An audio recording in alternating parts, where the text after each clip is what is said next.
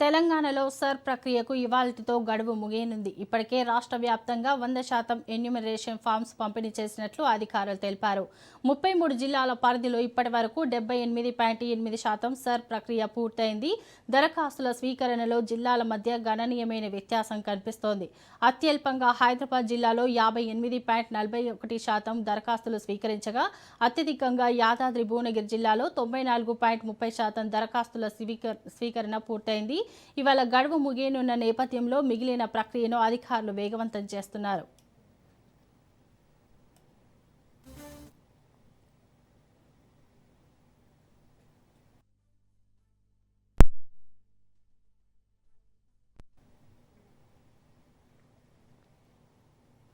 తెలంగాణలో సర్ ప్రక్రియకు ఇవాల్టితో గడువు ముగియనుంది. ఇప్పటికే రాష్ట్ర వ్యాప్తంగా 100% ఎన్యూమరేషన్ ఫామ్స్ పంపిణీ చేసినట్లు అధికారులు తెలిపారు.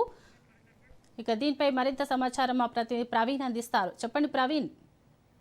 ఎస్ శోభ, అయితే తెలంగాణ రాష్ట్ర వ్యాప్తంగా నేటితో సర్ ప్రక్రియ ముగియబోతుంది. ఈరోజు సాయంత్రం 6 గంటల లోపల ఈ యొక్క సర్ ప్రక్రియ ఏదైతే ఎమ్యునరేషన్ ఫామ్స్ ఉంటాయో అవి అందజేయడం ఈ రోజుతో ముగుస్తుందని కూడా తెలుస్తుంది. అదేవిధంగా రాష్ట్ర వ్యాప్తంగా చూసుకుంటే కనుక 3,38,26,448 మంది ఓటర్లు ఎమ్యునరేషన్ ఫారంలు అందించారు. మొత్తంగా చూసుకుంటే ఈ యొక్క ఫారం పంపిణీలో ప్రభుత్వం మొత్తంగా కూడా 100% అంటే 100% ఫారం పంపిణీ జరిగిందంటూ కూడా అయితే సమాచారం అయితే వస్తుంది. మొత్తంగా అయితే ఫారాల పంపిణీ పూర్తయిన తర్వాత వాటిని ఓటర్లు తిరిగి సమర్పించవలసి ఉంటుంది. ఆ యొక్క తిరిగి సమర్పించేందుకు అధికారులు అయితే డిజిటలైజేషన్ చేయడం కూడా కాస్త సమయం ఇచ్చినట్టుగా కూడా తెలుస్తుంది.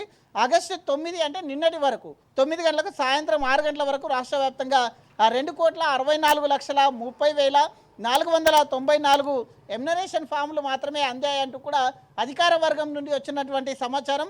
ఇది మొత్తంగా చూసుకుంటే కనుక ఇప్పటి వరకు తెలంగాణ రాష్ట్రంలో ఈ యొక్క ఎమ్యునరేషన్ ఫామ్స్ ఇచ్చిన వారు 78% ఉన్నట్టుగా కూడా తెలుస్తుంది. అంటే ఇంకా దాదాపు 73,96 మంది ఇంకా ఈ యొక్క ఎస్ఆర్ఐ ఫామ్స్ సమర్పించవలసి ఉంటుందంటూ కూడా అధికారులు చెప్తూ ఉన్నటువంటి పరిస్థితి చూస్తున్నాం. అదేవిధంగా హైదరాబాద్ పరిస్థితి చూసుకుంటే కనుక హైదరాబాద్ విషయానికి వస్తే రాష్ట్రంలోనే అతి స్వల్పంగా నమోదైనట్టుగా చెప్తున్నారు.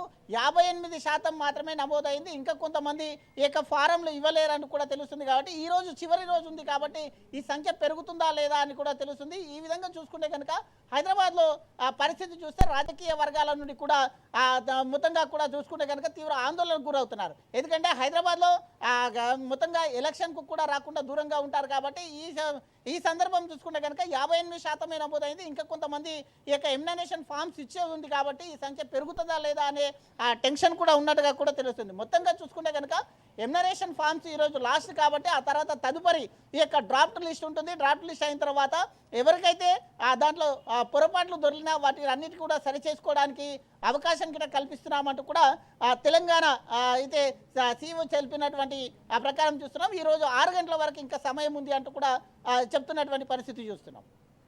Right, thank you Praveen.